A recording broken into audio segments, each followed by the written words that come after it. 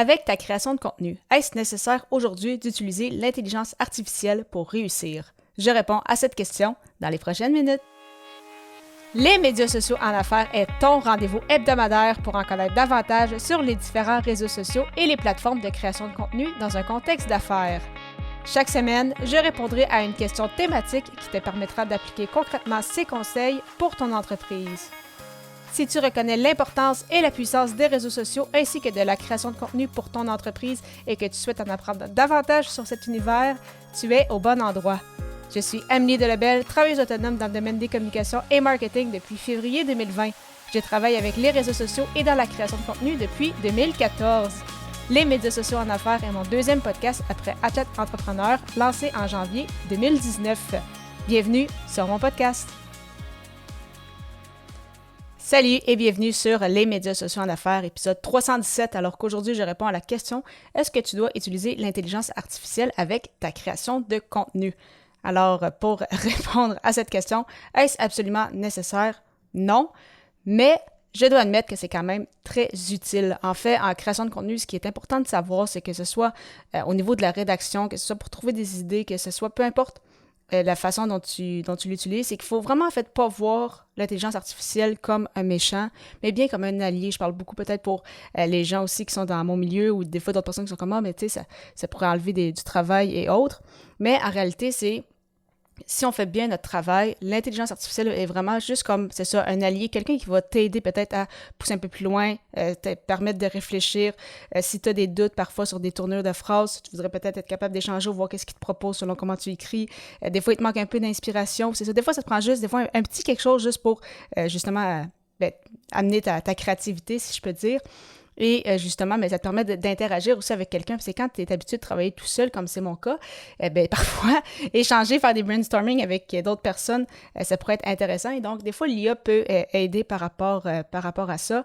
Bien évidemment, ça peut même t'aider de temps à autre à générer des visuels et autres. Et comme on le sait, à quel point ces outils-là s'améliorent énormément, ça va quand même très, très vite. Vraiment, c'est fou, en fait, qu'est-ce que l'intelligence peut faire, qu'est-ce qu'il peut faire présentement. Puis, si je refais un épisode dans 6 mois même, ou même pas un an, ça va être fou encore là tout ce que ça va pouvoir faire. Mais quand je dis d'utiliser l'intelligence artificielle, il faut quand même faire attention. L'outil que j'utilise, par exemple, c'est ChatGPT. C'est pas juste de poser une question à ChatGPT et lui dire « Hey, voici... j'aimerais ça que tu me rediges une publication sur telle thématique pour tel type de client, puis il s'adresse, mettons, à des entrepreneurs. » Et juste de faire un copier-coller de ce qu'il me propose, même pas regarder et dire « Bon, ben mon travail est fait, mon calendrier de contenu il est élaboré, ça m'a pris une demi-heure avec ChatGPT. » Oui, tu peux t'en inspirer. Oui, il va pouvoir te donner des idées. Oui, il va te donner peut-être des angles auxquels tu n'avais pas pensé qui pourraient être intéressants pour toi. Cependant, ça ne te remplacera pas à 100%, puis c'est vraiment très difficile à ce que ChatGPT te donne 100%, si je peux dire, l'essence de l'entreprise pour laquelle tu travailles ou 100% de ton essence à toi. Donc, vraiment, c'est important de laisser transparaître ta personnalité à toi, de laisser transparaître la personnalité de ton entreprise aussi. Donc, est-ce que c'est ça, l'intelligence artificielle va t'aider? Oui. Est-ce qu'il y a une version justement payante comme j'utilise avec ChatGPT? C'est ça, ça permet de créer des GPT spécifiques en fait, là, comme j'ai fait justement avec mon podcast qui m'inspire, je lui donnais beaucoup de ressources justement pour qu'il me comprenne un peu mieux comment moi je parle, comment je m'exprime, à qui je m'adresse, de quelle façon je monte mes épisodes et autres.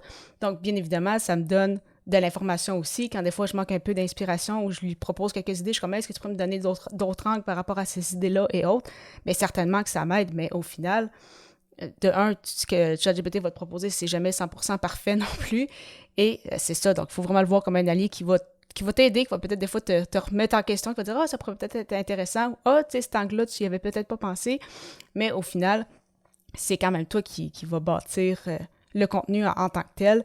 Puis, c'est ça qu'il faut vraiment laisser transparaître, c'est ça, ta personnalité, en fait. Puis ça, en tout cas, pour le moment, je pense pas qu'il y ait des robots qui puissent transmettre ça à 100%. Donc, oui, à l'intelligence artificielle, mais quand même important de laisser l'humain derrière. Donc, vraiment le voir comme, c'est ça, vraiment comme un outil, comme un allié, quelqu'un qui peut t'aider quand des fois tu as des périodes un peu plus difficiles ou qui te manquent d'inspiration. Puis, comme je t'ai dit, moi, je parle de ChatGPT, mais je sais qu'il en existe énormément d'autres.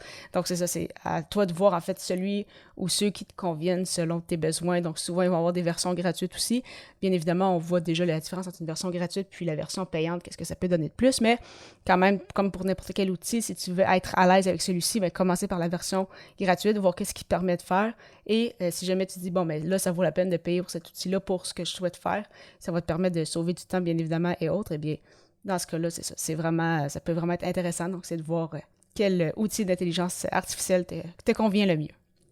Tu souhaites avoir une liste d'éléments clés importants à ne pas oublier avec ta création de contenu? Ça tombe bien, j'en ai une pour toi. Pour la télécharger gratuitement, simplement te rendre au ameliedelabel.com/liste. Au plaisir de te retrouver lors de l'épisode 318 alors que je répondrai à la question « Comment savoir quand déléguer ta création de contenu? » À très bientôt!